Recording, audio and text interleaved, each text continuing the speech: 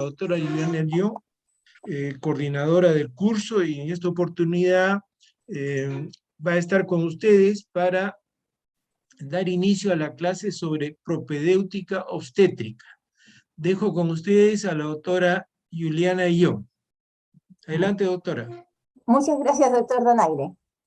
Muy buenos días con todos. Entonces, tal como les había avisado, hoy día estamos adelantando la clase 5 del día martes, que es el tema de propedéutica obstétrica. A ver, este tema es de suma importancia porque vendría a ser un poco como el ABC de la ginecología, de la ginecobstetricia. ¿Por qué? Porque aquí vamos a ver una serie de definiciones y de exámenes básicos que debemos hacer en el examen obstétrico. ¿Y esto qué quiere decir? Que si no aprendemos cuál es la terminología que empleamos y cuáles son los exámenes básicos que vamos a hacer en la obstetricia, no vamos a poder evaluar a una paciente. Entonces, vean, los temas que vamos a tratar, o los puntos que vamos a tratar hoy día es, en primer lugar, algunas definiciones obstétricas, términos que debemos utilizar. Luego vamos a ver parte de lo que vemos en la historia clínica. En la historia clínica, cuando uno hace la historia obstétrica, básicamente a la paciente, a la gestante, lo primero que vamos a evaluar son los antecedentes obstétricos. Entonces tenemos que saber qué le vamos a preguntar. Y en base a la información que ella nos da, cómo yo puedo sacar algunos cálculos. Y para eso voy a emplear las fórmulas obstétricas. Luego, cuando examinemos a la paciente, el examen preferencial para la gestante es básicamente el examen abdominal, en donde tenemos aquí al feto. Entonces, vamos a ver cómo evaluamos y qué características uterinas evalúo y qué características del feto que está dentro, ¿no?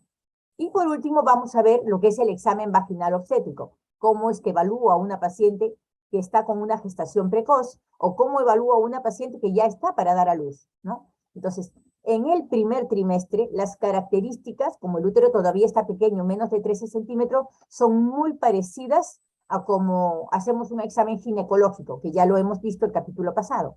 En cambio, en trabajo de parto hay otras características importantes para evaluar, ¿no? Todo esto es lo que vamos a tocar hoy día y, como les digo, es el ABC de la obstetricia. Empecemos con algunas definiciones básicas, ¿no? Propedéutica es la enseñanza preparatoria para el estudio de una ciencia, es decir, todos los conceptos básicos, las definiciones, las estrategias técnicas básicas para empezar a estudiar obstetricia. En el caso de la propedéutica clínica, recuerden, en la clínica nosotros trabajamos mucho la semiología, es decir, identificación de signos y síntomas que finalmente no forman un síndrome, pero son básicamente identificar todos los síntomas que la paciente dice, saber interpretarlos, y luego poder nosotros, al examinar a la paciente, identificar todos los signos para hacer nuestro diagnóstico obstétrico. La semiotecnia viene a ser el recurso de cualquier estrategia o cualquier instrumento que me permita ayudar a evaluar la semiología, ¿verdad? Entonces, y todo esto en propedéutica obstétrica, ¿qué quiere decir? Que son todos los conocimientos previos empleando la semiología y empleando la semiotécnica para poder evaluar a la mujer embarazada y su producto. Nada más, ¿no? ¿Cuál es el objetivo de la propedéutica obstétrica? Es unir semiología, signos y síntomas, semiotécnica, cualquier recurso que me permita mejorar la evaluación de la paciente y su bebé para poder llegar finalmente a un diagnóstico. Mi objetivo siempre que yo haga un control prenatal o que yo haga una evaluación en emergencia a la paciente es tratar de llegar a un diagnóstico. Ojo, puede ser un diagnóstico de normalidad, como decir, gesta 3 de 37 semanas, punto. Un diagnóstico de normalidad. O puede ser un diagnóstico patológico, gesta 3 de 37 semanas con hemorragia de primer trimestre, amenaza de aborto. O con hemorragia de la segunda mitad del embarazo, de repente una placenta previa. Pero vean, todo lo que yo pregunto, síntomas de la paciente, todo lo que yo examino, signos que hallo yo en el examen, me van a llegar a hacer un diagnóstico, ¿ok? Y con ello, si es un diagnóstico patológico, poder dar un tratamiento y un pronóstico del caso a la paciente. Ahora, yo les dije que todo lo que vamos a evaluar acá son datos que yo voy a revisar en la historia clínica. Aquí al costado vemos una historia clínica en el formato del CLAP, Centro Latinoamericano de Perinatología, y avalado por la Organización Panamericana de Salud y la Organización Mundial de la Salud, en donde vamos una serie de datos. Primero, filiación de la paciente, fecha de nacimiento de la paciente, nivel de estudios, etc. Pero en la segunda hilera vemos antecedentes. Entonces, cuando yo pregunte a la paciente esos antecedentes, es la información que yo necesito saber, sobre todo información que me va a permitir precisar factores de riesgo para este embarazo. Si ya tiene muchos factores de riesgo, es un embarazo que debo chequear más minuciosamente. Y si no tiene factores de riesgo, entonces simplemente con los controles básicos. Pero en cada control, recuerden ustedes, tenemos que buscar signos de alarma. Entonces, vamos a ver ahora parte de lo que es la anamnesis y los antecedentes obstétricos. ¿No? ¿Qué cosa es la anamnesis? Es lo que la paciente nos cuenta. Ella nos dice qué molestia siente y qué cosas ha notado. Ha notado que se le hinchó la pierna, ha notado que le han salido manchas oscuras en la cara, ¿no? Entonces, es lo que ella nos dice y lo que nosotros indagamos, ¿no? Cuando ella nos dice, bueno, estoy con picazón, entonces ustedes van a preguntar, ¿y dónde es la picazón? ¿Y desde cuándo apareció? Para buscar, por ejemplo, una colestasis, ¿no? Entonces, el signo que ella diga, nosotros vamos a ampliarlo para ver a qué obedece. De repente es una rascarrasca, de repente es una alergia. Entonces, nosotros ampliamos ese dato que ella nos da para tratar de orientarnos a un diagnóstico, ¿no? Toda anamnesis incluye primero la afiliación, nombre, edad de la paciente, procedencia, religión, etc., ¿no? Lo clásico de una historia clínica. Incluye luego los antecedentes generales, ¿no? Y sobre todo lo que vamos ahora a reforzar, antecedentes generales lo ven ustedes en todas las historias clínicas, aquí vamos a reforzar lo que son los antecedentes ginecobstétricos. Y en los antecedentes ginecobstétricos, ¿qué me interesa? Me interesa toda la información que ella me pueda dar. Cuántos partos ha tenido, cuántas cesáreas, partos vaginales, cuántos nacieron vivos, cuántos fallecieron en la primera semana, que es muerte neonatal precoz, o cuántos fallecieron entre los 7 y 28 días, muerte neonatal. Entonces, le voy a preguntar, ¿y cuándo es su última regla? Y con eso yo tengo que calcular cuándo es la fecha probable, qué edad gestacional tiene, ¿no? Entonces, vean, toda esta información la tengo que obtener. ¿Qué más voy a indagar? Por ejemplo, en el control prenatal, yo voy a evaluar la altura uterina, en qué posición está el bebé, cómo están los latidos, y es toda esta información la que yo tengo que llenar, ¿no? Todo lo que ven ustedes aquí con rojo, los antecedentes patológicos de la paciente para ver factor de riesgo, las fórmulas ginecobstétricas que vamos a ver más adelante, la fecha de última regla, la fecha probable de parto y la edad gestacional, todos esos son los factores maternos que yo quiero examinar, que yo quiero ver. Y cuando yo haga mi examen clínico, el examen físico, todo lo que yo examino es lo que tengo que ir aquí llenando control tras control. Sea cada mes, sea cada semana, es lo primero que yo voy a ir evaluando, ¿no? ¿Qué edad gestacional tiene, la altura uterina, cómo está la presión arterial? Entonces, esa información es la que yo voy a obtener, sea del examen abdominal o sea del examen vaginal. Por ejemplo, de repente ese día le tomé el Papa Nicolau, entonces en esta línea larga aquí que está vacía, ahí pongo, se tomó Papa Nicolau. O de repente ese día observo que tiene unas verrugas, entonces pongo, se observan condilomas vulvoperineales. Esta línea me sirve para completar algún dato que no es estos recuadros primeros, que es lo básico de un control prenatal. ¿Ok? Entonces vean, todo lo que vamos a revisar es información que se va a llenar en esta historia clínica perinatal obstétrica, ¿no? Continuemos. Empezamos con las definiciones. Una de las primeras definiciones es saber cómo vamos a llamar al embarazo según la edad gestacional que tenga. Y también cómo vamos a llamar al bebé que nace o al producto que nace en esa etapa gestacional. Veamos, aquí estamos representando primero la fecha de última regla normal. Aquí hay un intervalo hasta las 8 semanas, hasta las 22, 28, 37, 40 y 42. Todos estos momentos son etapas cruciales, ¿no? Por ejemplo, algo así grueso, lo primero, el límite de 22 semanas o equivalente en peso fetal a 500 gramos, más o menos una talla de 25 centímetros, estos son los conceptos básicos para definir. Menor de este rango se llama aborto, y después de este rango se llama parto. Es decir, cualquier bebé que nazca más de 22 semanas y más de 500 gramos siempre se va a llamar parto. Y por lo tanto el bebé se llama recién nacido, porque nació de un parto. En cambio, si yo tengo un producto que se está saliendo, pero tiene menos de 22 semanas o menos de 500 gramos, yo voy a decir que esto se trata de un aborto, y el bebé es un aborto. No es un recién nacido, es un aborto. Y vean, eso es para cuando sale el producto del vientre materno. Si sale menos de 22 semanas es aborto, si sale más de 22 es parto. Pero ojo, ¿qué pasa si el bebé no ha salido todavía, pero se muere dentro del abdomen materno? Si tenía menos de 22 semanas, menos de 500 gramos, y ese bebito está muerto adentro, no se utiliza el término óbito fetal. Se utiliza el término, si dijimos que menor de 22 semanas es aborto y el bebito está muerto adentro, se llama aborto retenido. Y cuando este aborto retenido, este bebito muerto ahí adentro, está mucho tiempo, más de 6 a 8 semanas, entonces ese aborto retenido conlleva una gravedad mayor y se llama aborto frustro. Y cuando yo digo retenido, quiere decir una muerte intraútero reciente. Y cuando digo frustro, quiere decir que no es reciente, que tiene mucho tiempo y por lo tanto corre un peligro adicional, que es el de trastornos de factores de coagulación, ¿no? Puede hacer un CID y sangrarme más de lo normal, ¿ok? Entonces vean la diferencia entre aborto retenido, bebito muerto adentro, que no ha salido todavía, y el aborto frustro, que es un aborto retenido de mayor data, ¿ok? Entonces, pero cuando se muere un bebito de más de 500 gramos o más de 22 semanas, no digo tengo un aborto, porque esto sería cuando este producto salga, va a ser un parto, salga vivo o salga muerto.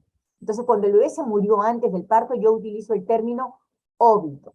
Entonces, cuando yo digo tengo un óbito, yo sé que es una gestación muerta mayor de 22 semanas o 500 gramos. Tengo un óbito de 28 semanas, un óbito de 41 semanas, ¿ok? Pero no puedo tener un óbito de 12 semanas o de 15 semanas, ¿no? Eso se llama aborto retenido, no se llama óbito, ¿ok? Para que hablemos con propiedad. Entonces, volvamos a la primera parte de los abortos.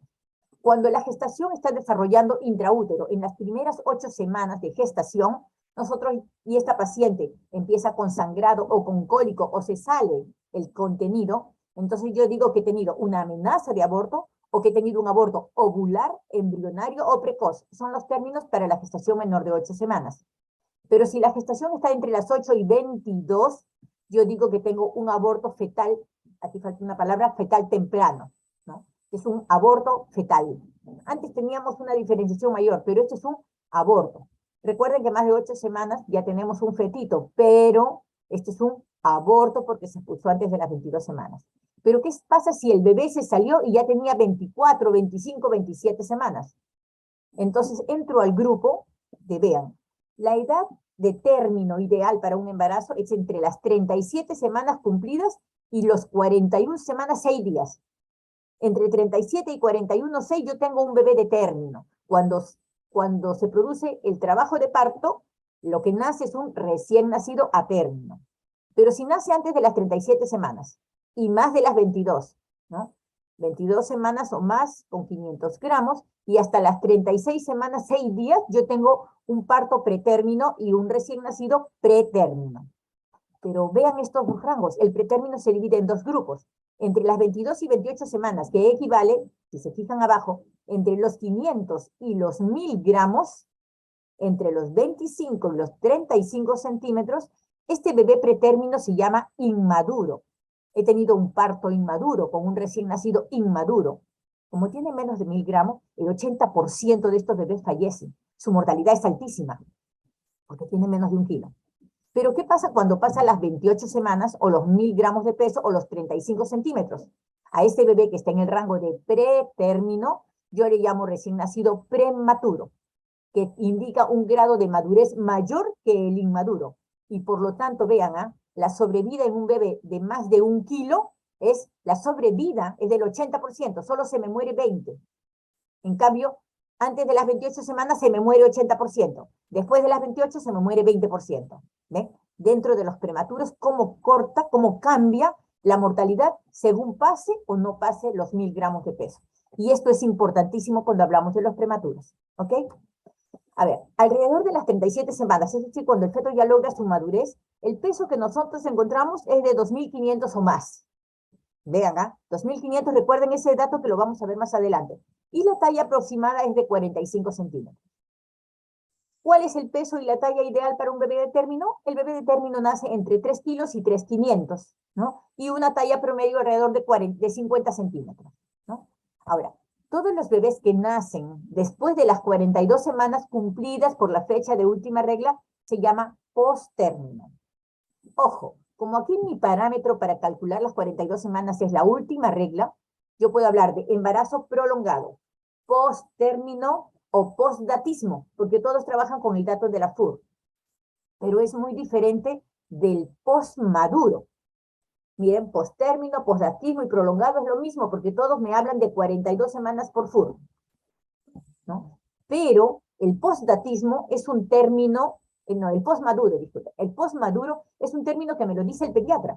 Cuando el pediatra evalúa al recién nacido, me dice, oye, mira, se está descamando la piel, ha perdido grasa parda, está muy grande él, pero la barriga está un poco chica, está todo verde, uñas largas, bien pelucón. Imagínense como un Hulk en miniatura, es más o menos la característica del postmaduro. Ese sí se estuvo pasando de fecha. Y hay las clasificaciones Clifford 1, Clifford 2 para ver cuánto tiempo se estaba pasando de fecha, ¿no? Pero eso me lo dice el pediatra. El pediatra me dice, este es un postmaduro. Y vean ustedes, ¿ah? De todos los posttérminos que yo tengo, todas las gestaciones de 42 semanas o más, solamente el 10% es postmaduro. Los demás son que la paciente se equivocó en la regla, que tuvo una ovulación tardía, u otros factores. Pero solo 10% de todos los posttérminos son postmaduros, felizmente, ¿no? Porque ese es el problema para el pediatra, ¿no? Entonces, vean, más o menos aquí están los conceptos básicos para que ustedes saben con propiedad cuando se refieren a un trabajo, a unas contracciones en un bebé a determinada edad gestacional y al nombre del producto cuando éste sale, ¿no? Esto del peso fetal y la talla fetal son parámetros que se han ido determinando a lo largo de los años y que van a ver más adelante algunas tablas que les voy a mostrar. La talla fetal la hallamos con la regla de Hasse y para fórmula del peso fetal vamos a ver diferentes fórmulas. Entonces, otros dos términos que me interesa que ustedes fijen, ya que estamos hablando de la edad gestacional y de la terminación del embarazo, aborto menos de 22, parto más de las 22, son dos términos importantes, que es, ¿qué cosa es un parto eutóxico? ¿Qué es un parto distóxico? Le llamamos parto eutóxico, es decir, los mecanismos de salida del feto, desde el abdomen materno a través del estrecho superior, medio e inferior, hasta que sale fuera de la vulva y nace el bebé. Eso es un parto eutóxico. Pero ojo, este parto eutóxico puede tener otras distocias. O sea, el mecanismo de salida del bebé es el parto, ha sido normal, pero puede tener una distocia funicular, doble vuelta de cordón al cuello. Puede tener una distocia de presentación, puede haber salido en podálico. Llegó completa y se salió en podálico. El parto fue eutóxico, pero la presentación de fetal fue distóxica. Puede tener una distocia de hombros. Un bebé grande, por ejemplo, que se atoraron los hombros. Y uno tiene que hacer la maniobra de rotación y contrarrotación para que salga el bebé, y salió bien. Pero hubieron distocias o anomalías de otras cosas, ¿no? Distocia de cordón, distocia de presentación, distocia de hombros. En cambio, hablamos de parto distóxico, parto, mecanismo de salida, parto distóxico o parto abdominal cuando se realiza una cesárea y no sale por vagina, por estrecho superior, medio e inferior. ¿Ok? Estas son las definiciones básicas. Continuemos. Otras definiciones obstétricas. Tenemos el embarazo según la edad gestacional. Posttérmino, 42 semanas cumplidas o más. A término, 37 cumplidas hasta las 41,6 días. Pretérmino, dentro del pretérmino prematuro, entre las 28 semanas y 36,6 días. Y el inmaduro, entre las 22 y las 27,6 días. Y aborto, todo lo que es menor de 22 semanas o 500 gramos. Según el peso, la relación del peso con la edad gestacional, ¿no? Yo tengo un bebé de 40 semanas, ¿el peso es adecuado o es muy grande para edad gestacional? Tengo un peso grande para edad gestacional cuando pasa el percentil 90. Adecuado para edad gestacional entre el percentil 10 y 90, pequeño para edad gestacional entre menor del percentil 10. Y ojo, en el pequeño para edad gestacional yo puedo tener el pequeño sano, papá chato, mamá chato, bebé chato, o puedo tener el desnutrido, el retardo de crecimiento intraútero, patológico. Eso me preocupa, ¿ok? Ahora, el recién nacido según su peso, el peso absoluto. Yo les dije que el peso de un bebé promedio es de 3 a 3,500, hasta 3,700. Pero ojo, cuando ya el bebé pesa 3,700 o más, ya no es lo usual, al menos no en nuestro medio, en nuestra raza. Entonces nosotros hablamos ya de un bebé de 3,700, decimos, ya este es un feto grande. Ya no necesita una pelvis normal, necesita una pelvis un poquito más grande. Pero cuando ese peso pasa a los 4 kilos para nosotros en Perú, ya el término indica más severidad y se llama macrosómico. Y tengo que descartar en ambos problemas de diabetes, porque han crecido más de lo normal, ¿ok? Pero ojo, en los países nórdicos, en Canadá, macrosomía es más de 4,5, porque ellos son muy grandotes, son altos, entonces sus bebés nacen normalmente con 4 kilos. 4,5 para ellos ya es macrosomía. Vean, esto depende del país donde estemos, del lugar donde estemos, la raza. Entonces tenemos el feto grande y el macrosómico, más de 4 kilos, y siempre descartar problemas de diabetes, ¿no? Tenemos, cuando el bebé pasa, les dije, el corte es 2,500. Un bebé de más de 2,500 es un bebé de término, generalmente. Yo hablo de bajo peso cuando el bebé pesa menos de 2,500. Hablo de muy bajo peso cuando tiene menos de 1,500, menos de 32 semanas. Y hablo de bajo peso extremo a ese bebé inmaduro, el que tiene entre 500 y 1,000 gramos. ¿Ya? Entonces, estos bebés pueden tener ese peso y ser bebés sanos, solamente porque son prematuros. 28 semanas nació con 1,050 gramos.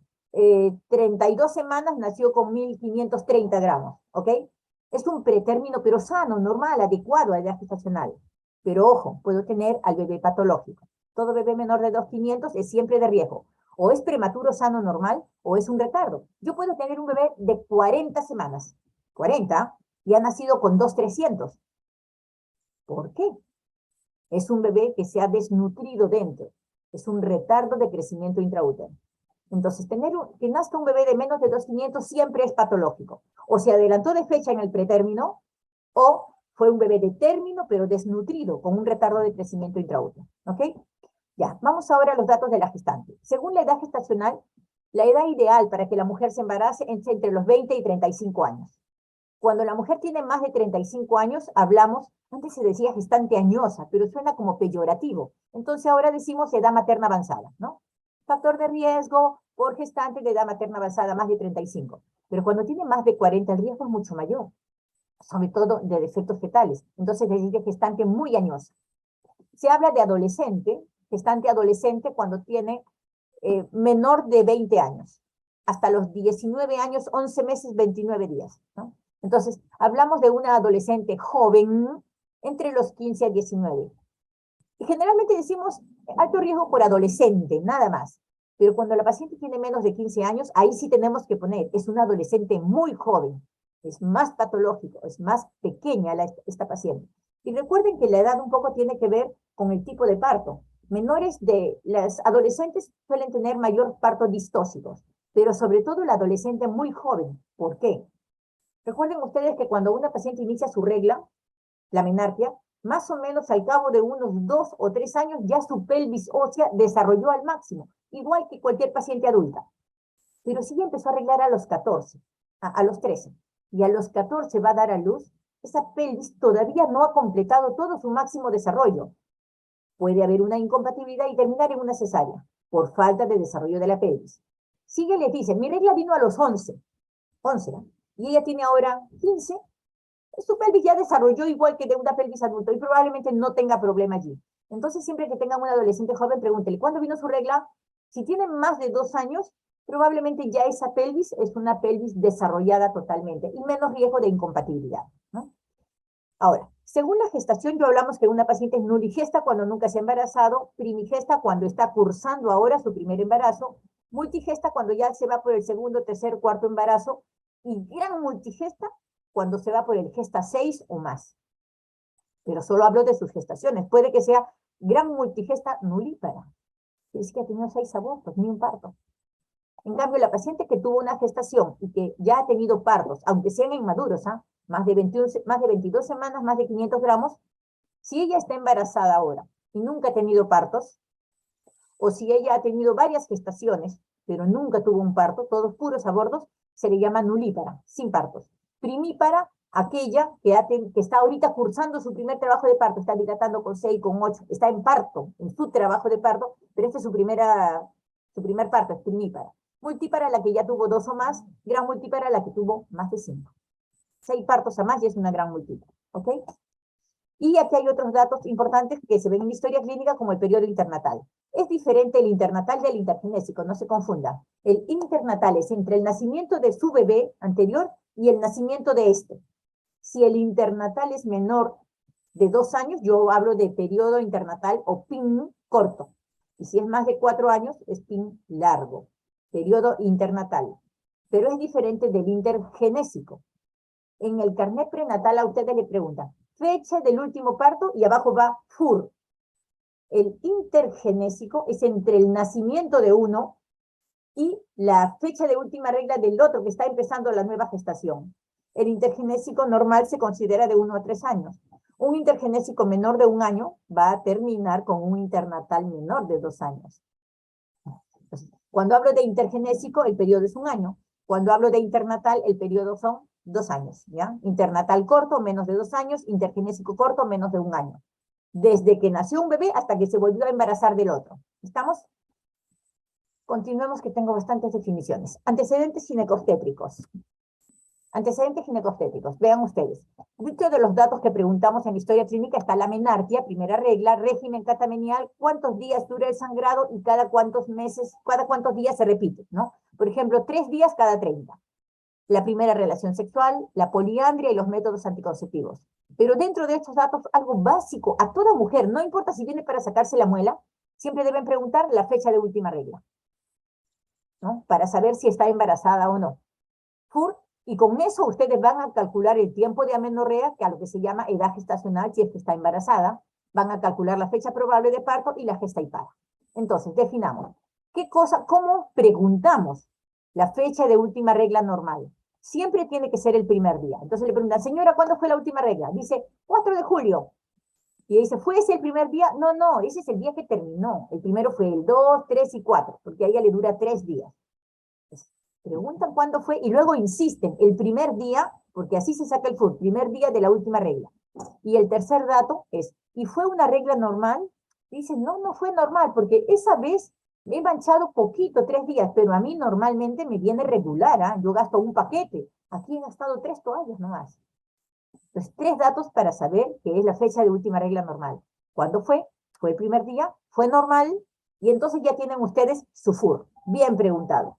Con el FUR ustedes van a calcular la edad gestacional, que es el tiempo transcurrido desde el primer día de la última regla normal hasta el momento en que estamos, ¿no? Todo ese intervalo, ven aquí abajo, fecha de última regla normal, a partir del FUR yo cuento semana tras semana, tras semana, tras semana, y digo, tiene tantas semanas de edad gestacional, ¿ya? Desde el FUR, edad gestacional.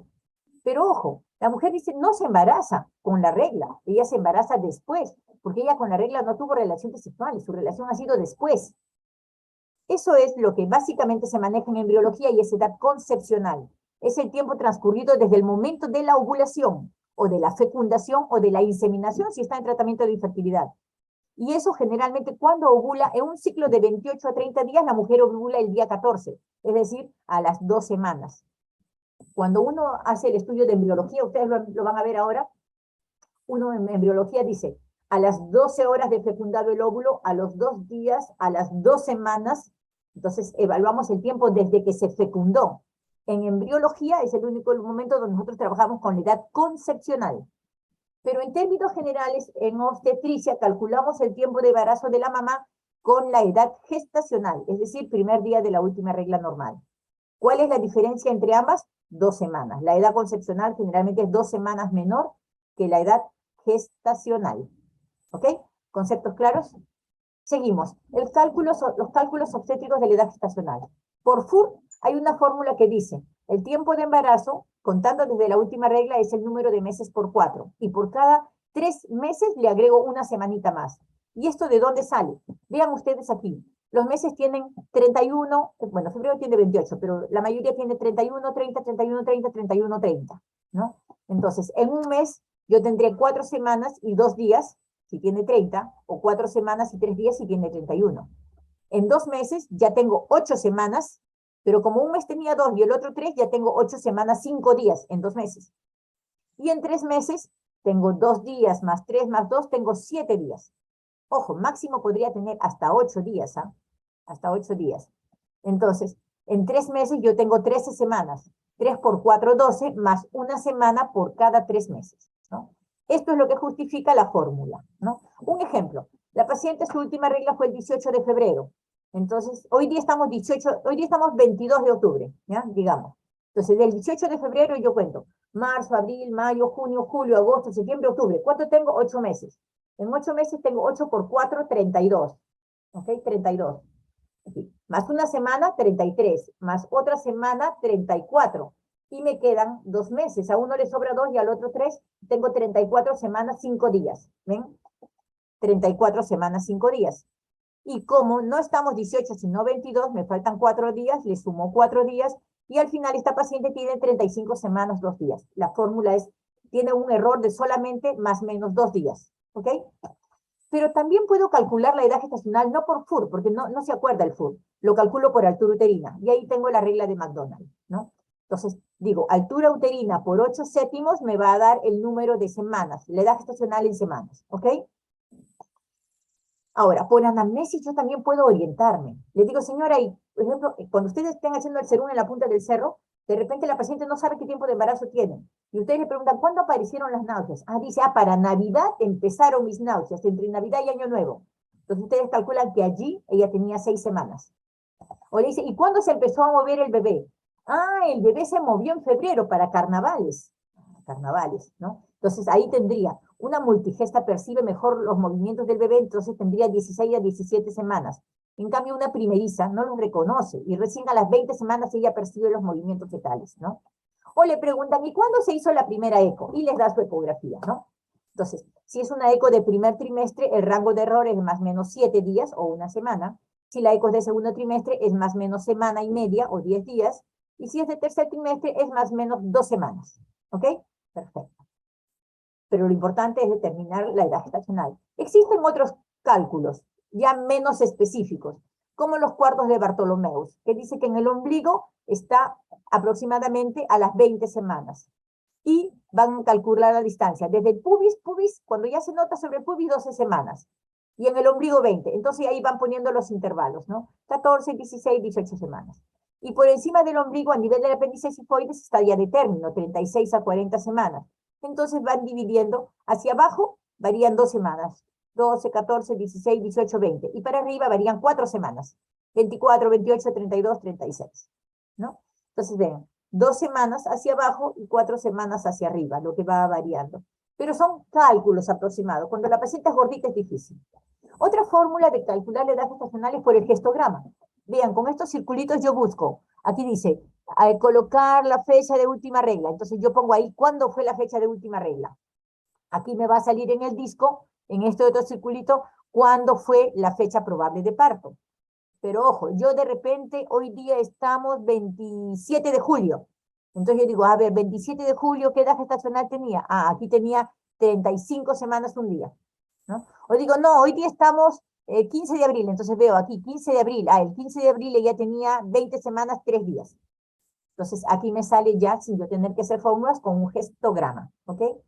Es una estrategia del CLAP también. Otros cálculos obstétricos, la fecha probable de parto.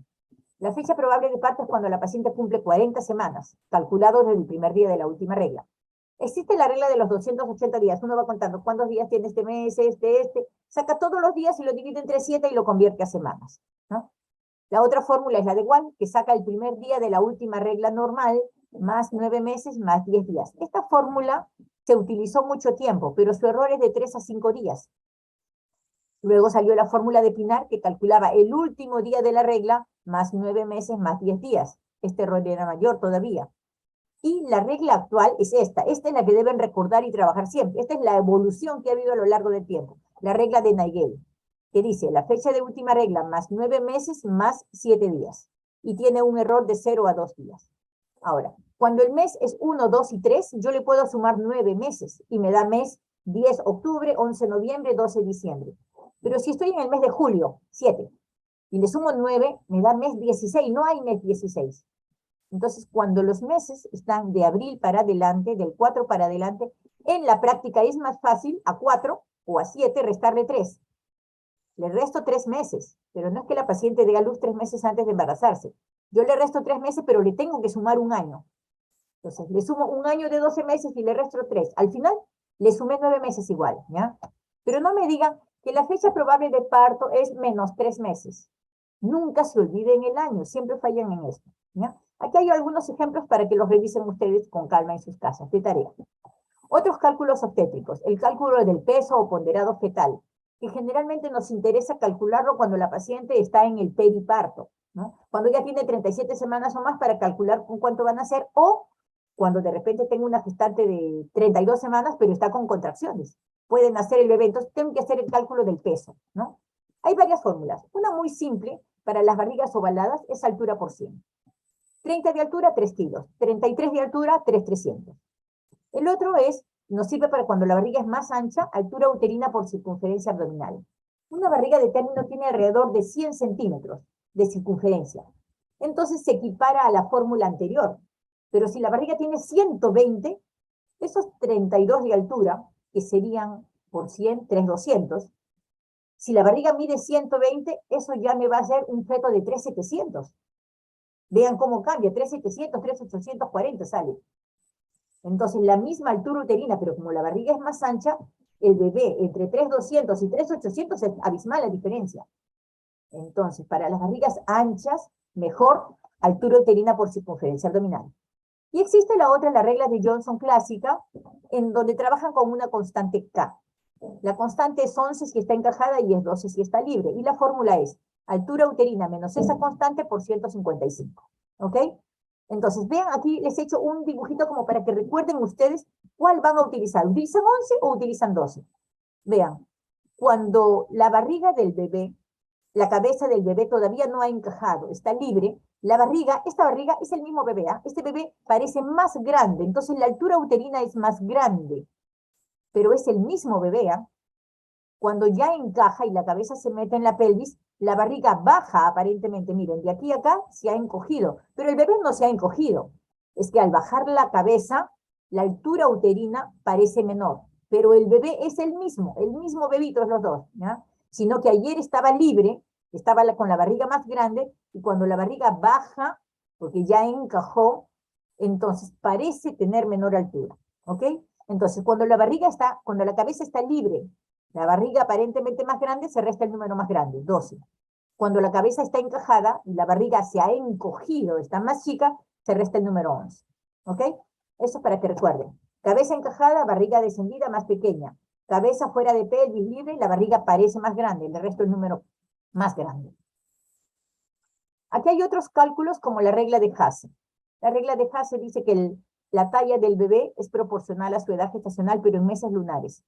Un mes lunar es de 28 días o 4 semanas. Un mes solar o almanaque es de 30 a 31 días, ¿ok?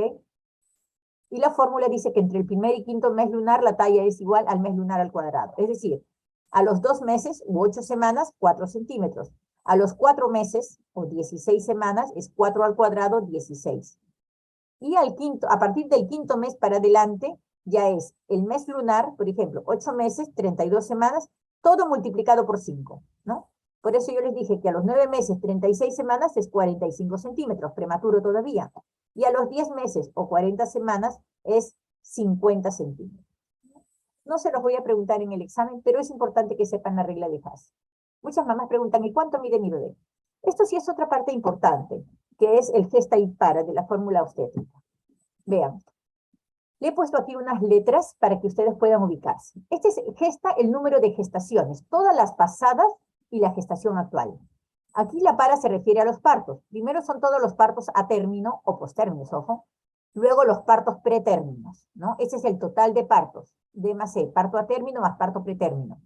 Pero tengo aquí, estas son las gestaciones prematuros, es entre 28 y 37. Aquí van las mayores de 37, pero aquí donde está este rubro van todos los abortos, es decir, las gestaciones menores de 22 semanas. Esto es de 22 a 37 y esto es menor de 22. Entonces, todo embarazo de la mujer o se pierde antes de las 22 semanas, que se llama aborto, o sale entre las 22 y 36 6 días, que se llama prematuro, o sale de 37 a más, que se llama término. Quiere decir que entre B, C y D yo tengo cómo terminan el total de sus gestaciones, y esto se llamaría gestación previa, ¿ok? Estos 3 factores. Y el último factor no guarda relación con los otros. El último factor, ¿tá?, es el número de hijos vivos. Ella puede haber tenido 10 hijos, 3 abortos, pero tiene un solo hijo vivo, ¿no? Entonces, cuando preguntamos, nosotros preguntamos de atrás para adelante. Señora, ¿cuántos hijos vivos? Ah, tengo 2. Muy bien. ¿Ha tenido algún aborto? Algunos no saben qué es aborto. Entonces le dice, ¿ha tenido algún aborto o alguna pérdida? Ah, sí, tuve 2, dice. ¿Y qué tiempo de embarazo? Ah, en uno tuve 3 meses. Ese sí es aborto.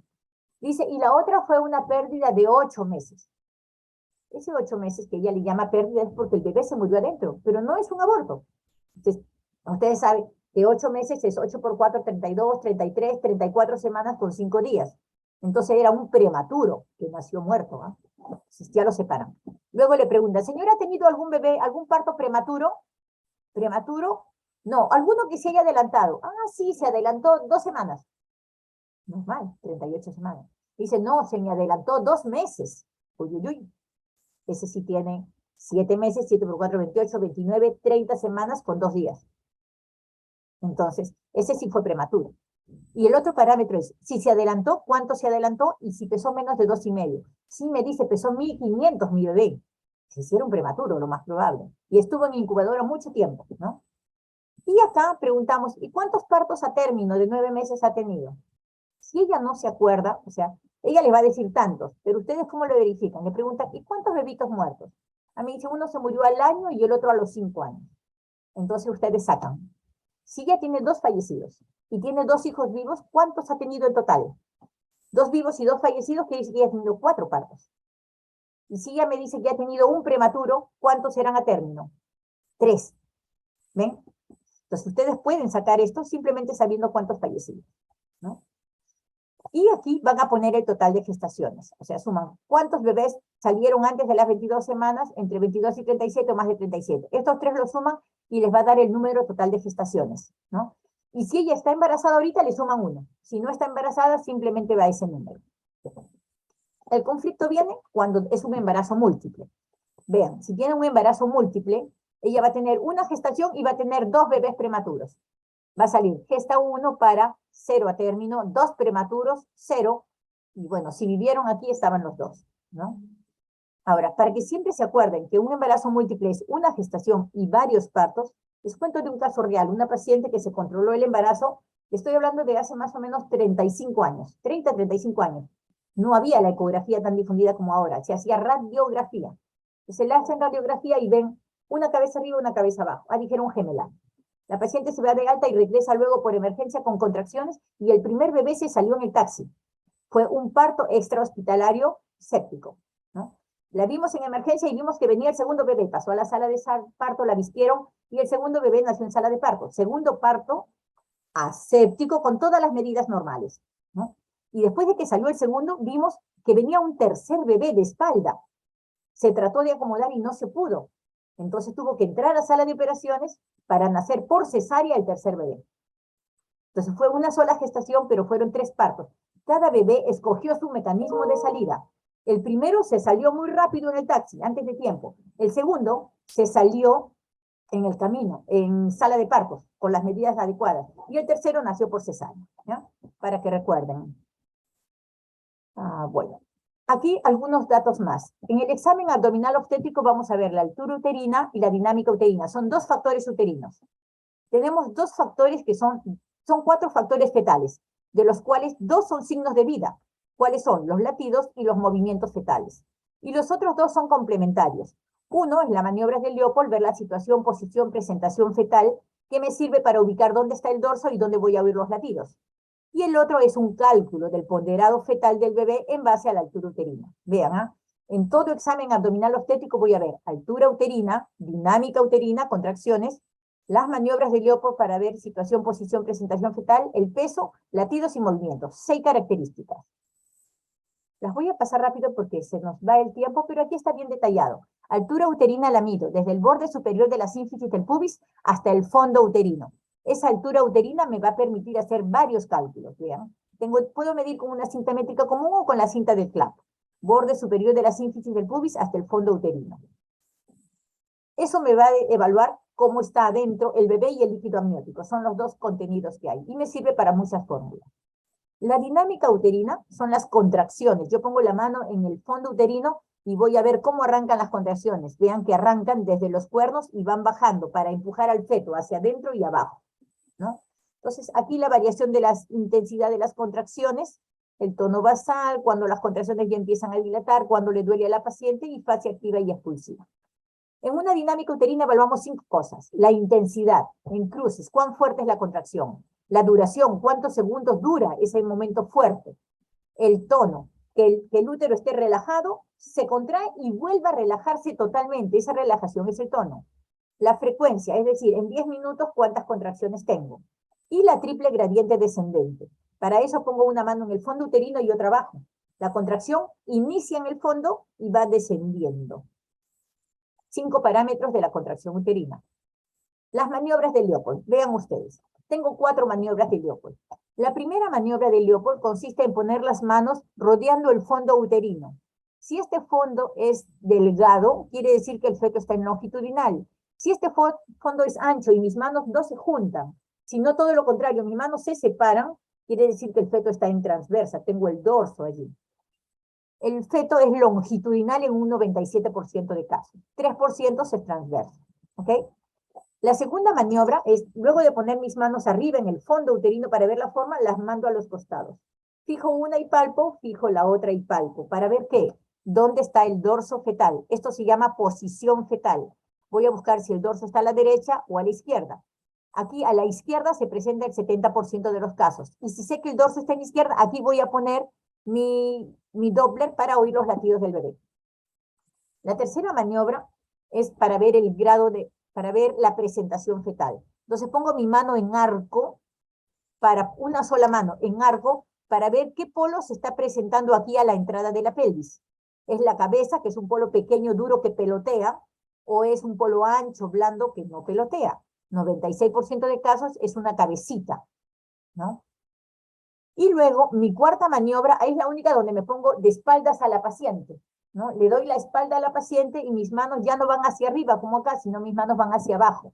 Y voy a ver si el feto está encajado o libre. 85% llega encajado al trabajo de parto, ¿no?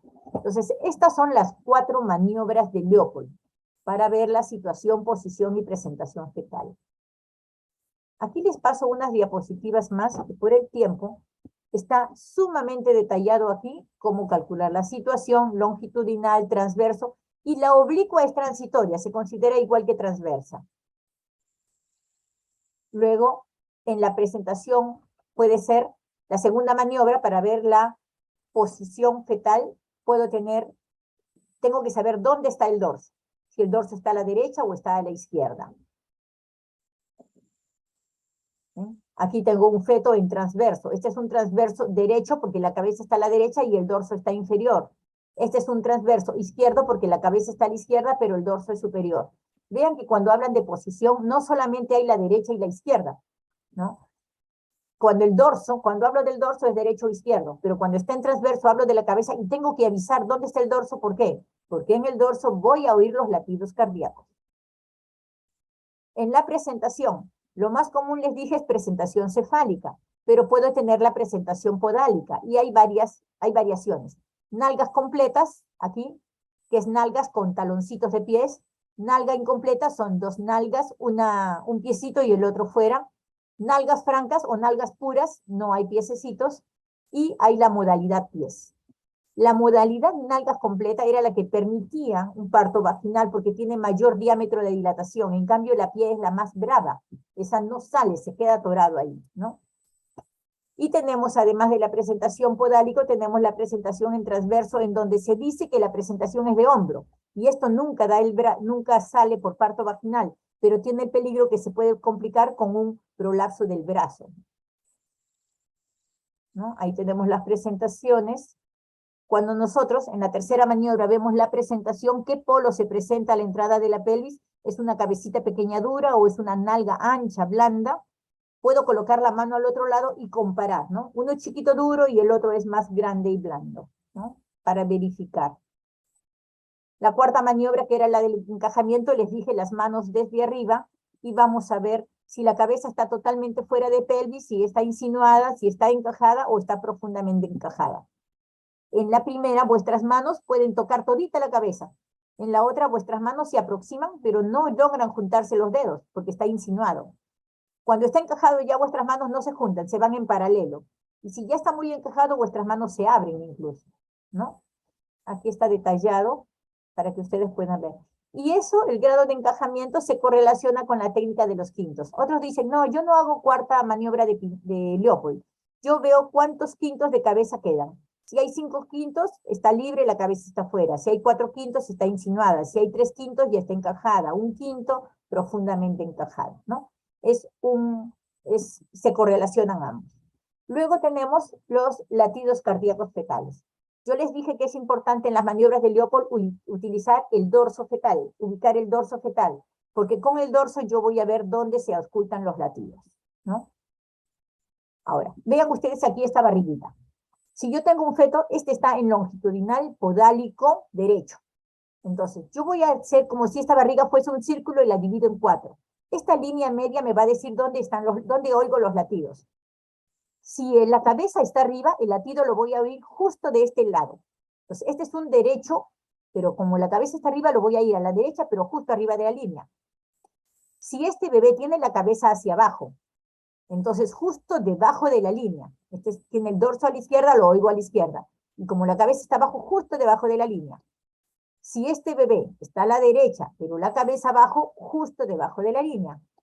Y si este bebé está en podálico, justo arriba de la línea. Vean, no tienen que medirlo en el cuadrante inferior, porque entonces le van a oír la oreja. Tienen que oírlo justo arriba o debajo de esa línea, ¿no? Aquí hay algunas características de cómo varían los latidos y cómo puede uno contar los latidos en forma fraccionada, ¿no? 10 segundos, 10 segundos, 10 segundos, y total vemos cuál es la frecuencia cardíaca por minuto. Los movimientos fetales. Vean cómo a veces se pueden percibir claramente porque el bebé se mueve, ¿no? En movimientos hay diferentes fórmulas para calcular los movimientos, pero recordemos dos cosas. El bebé se mueve más de noche. Hay pacientes que van porque dicen todo el día no se ha movido, pero cuando se echa en la cama empieza a moverse el bebé, ya en la noche cuando se acuesta cansada. El bebé se mueve más de noche. Y generalmente la primeriza lo percibe después de las 20 semanas y la multigesta entre las 16 y 20. Recordemos que el bebé tiene más o menos 1 hora de sueño o 1 hora despierto, 1 hora de sueño o 1 hora despierto, ¿no? Cuando ha comido o uno lo está zamaqueando, el bebé se mueve más. Pero cuando está dormido o no, uno no come hace mucho rato, la hipoglicemia hace que el bebé se mueva menos. Cuando tiene un circular al cuello o cuando está en asfixia también. Vamos a ver lo del tacto vaginal. Vean, ustedes han hecho el tacto vaginal en ginecología, ¿no? En el primer trimestre es similar. Van a evaluar vulva, Bartolino, uretra y esquén, van a evaluar las paredes vaginales, el cuello del útero, que generalmente está cerrado. El útero, aquí van a encontrar, ya no va a ser un útero piriforme de 7×4, va a ser un útero globuloso, que a las 8 semanas mide 8, a las 12 semanas mide 12, a las 13 semanas mide 13. Y los anexos, como el útero es chiquito, se pueden palpar muchas veces. Pero este es el tacto vaginal en el primer trimestre. Cuando la paciente está en trabajo de parto, entonces este cuello se modifica. En primer lugar, ya no está atrás, se pone central. En segundo lugar, ya no está firme como la punta de la nariz, sino se reblandece, se pone como el pabellón de la oreja, blando, ¿no? Y luego ya no mide 2 o 3 centímetros, sino que empieza a cortarse, mide 2, 1, medio centímetro, hasta que desaparece. Ese emborramiento o incorporación es el adelgazamiento del cuello. Una vez que se adelgaza, empieza a abrirse el cuello, que estaba cerradito, empieza a abrirse y a eso le llamamos dilatación. Estos dos primeros parámetros, incorporación y dilatación, son modificaciones del cuello. ¿Qué pasa con el bebé? El bebé está bajando.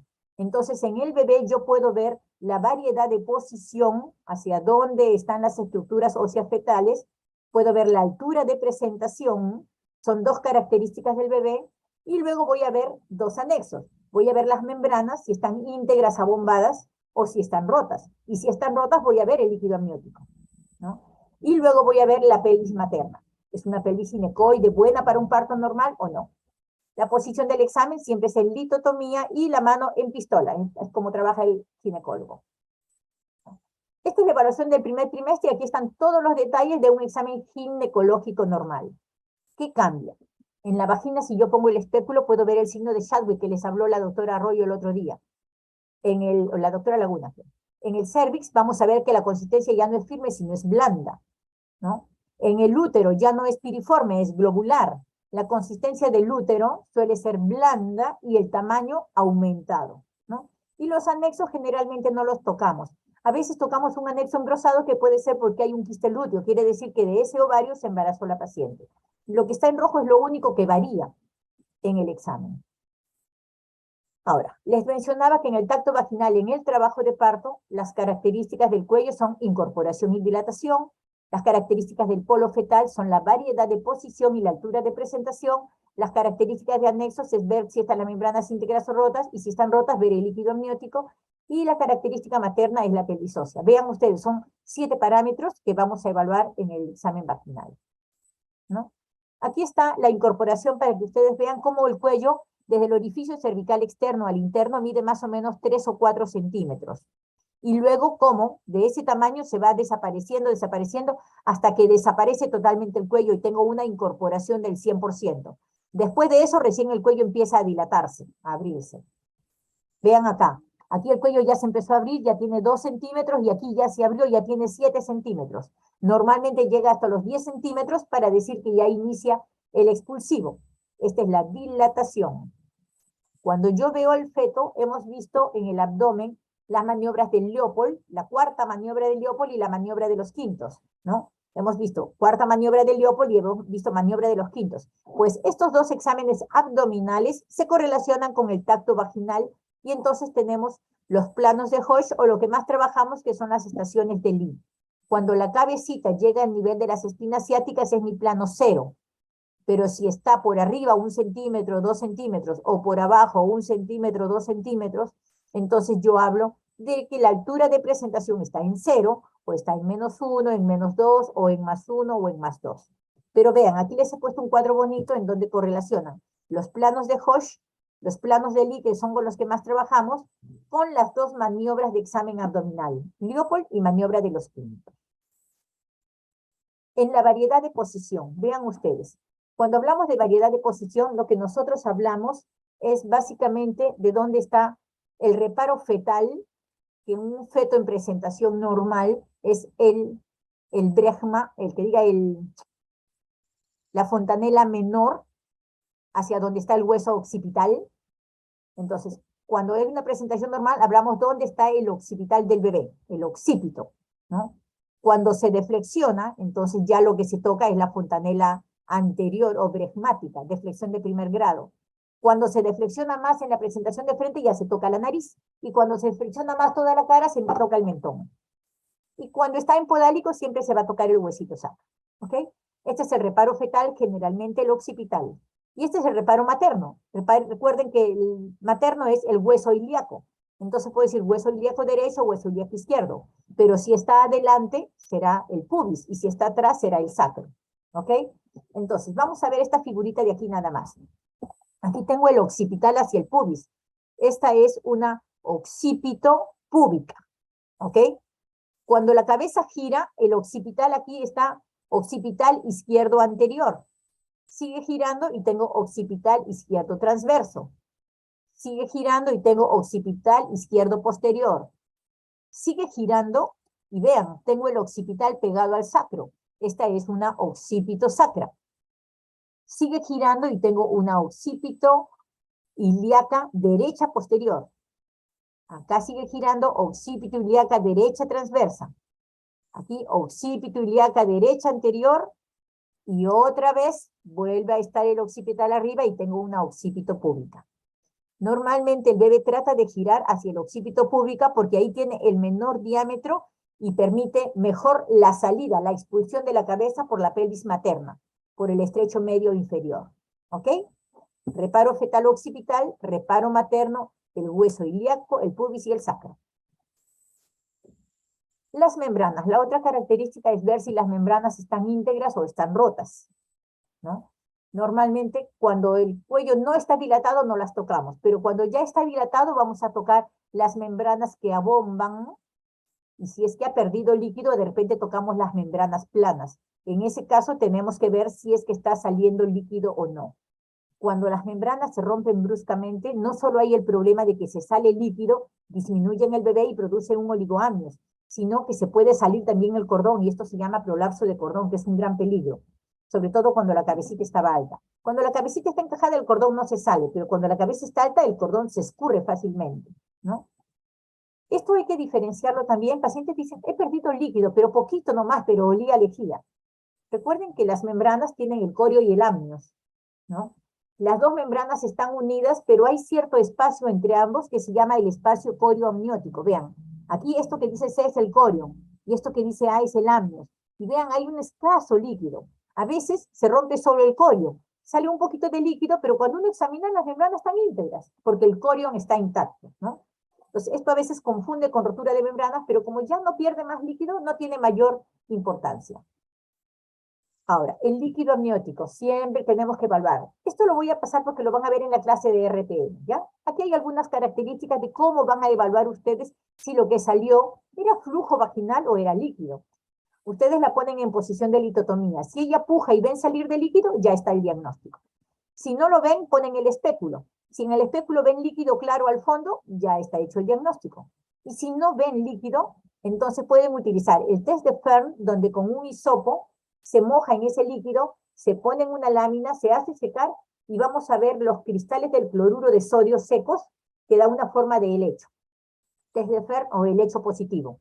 Pero puedo agarrar un papelito de nitracina, que es este amarillito, y lo acerco al líquido amniótico y cambia hacia verde por el pH, ¿no? El pH de la vagina es 3.8 a 4.2, pero el de líquido amniótico es 7.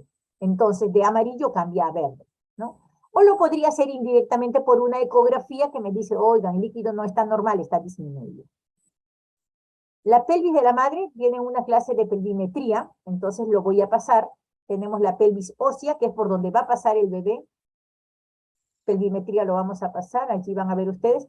Y para terminar, esta ya es mi última lámina, la evaluación de la puérpera. Ojo, yo les dije que les estoy dando todas las herramientas de los conceptos y las fórmulas que van a hacer para evaluar a una gestante. Pero cuando la paciente ya dio a luz, esta es una lámina de Yapa, cuando la paciente ya dio a luz, ojo, no deja de tener importancia. Al contrario, esa etapa puerperal, esos 42 días, pero sobre todo la primera semana, es importantísima. Porque recuerden que es una paciente que ha sangrado, una paciente cuyas mamas están cambiando, preparándose para dar de lactar. Es un útero que había crecido 30 centímetros y ahora tiene que encogerse y volver a sus 7, 8 centímetros de antes. Y es un sangrado uterino que debe acabar de expulsarse, pero que se puede complicar. Entonces, en una puérpera son 5 datos que ustedes van a ver, 5. Siempre, evaluar la piel, ¿no? Sobre todo nos interesa el grado palidez, porque en el parto ha perdido medio litro. Y si ha perdido más, y si ya estaba anemicante, esto es de riesgo. Ver la piel para buscar el grado de palidez de anemia. 2, ver las mamas. Si son unas mamas blandas, si tiene un buen pezón para la lactancia, y en los controles posteriores, si no están duras, tumefactas, y hay una mastitis con peligro para ella. En el útero, ver si el útero se está contrayendo. Así como vimos la altura uterina, medimos del pubis hacia arriba, ahora vamos a medir del ombligo para abajo, cómo se va encogiendo ese útero, hasta volver a lo normal. El cuarto punto son los loquios. Al principio es pura sangre, loquio hemático. Después se hace serohemático y al final termina siendo seroso hasta desaparecer. Hay que ver si es abundante, regular o escaso, pero sobre todo hay que ver cómo huele. Debe oler a sangre guardada, pero no debe oler mal, porque puede estar ahí instalándose una endometritis, que es riesgo para la madre, ¿no? Y el último punto, el quinto punto, es opcional, es la herida. Si fue una cesárea, la herida es abdominal y la voy a evaluar, que no se infecte, ¿no? Que puede ser una FANSTI transversal o una mediana. Si la herida no es abdominal, dio parto vaginal, puede tener una herida perineal, como una episiotomía, que cortamos y cosemos.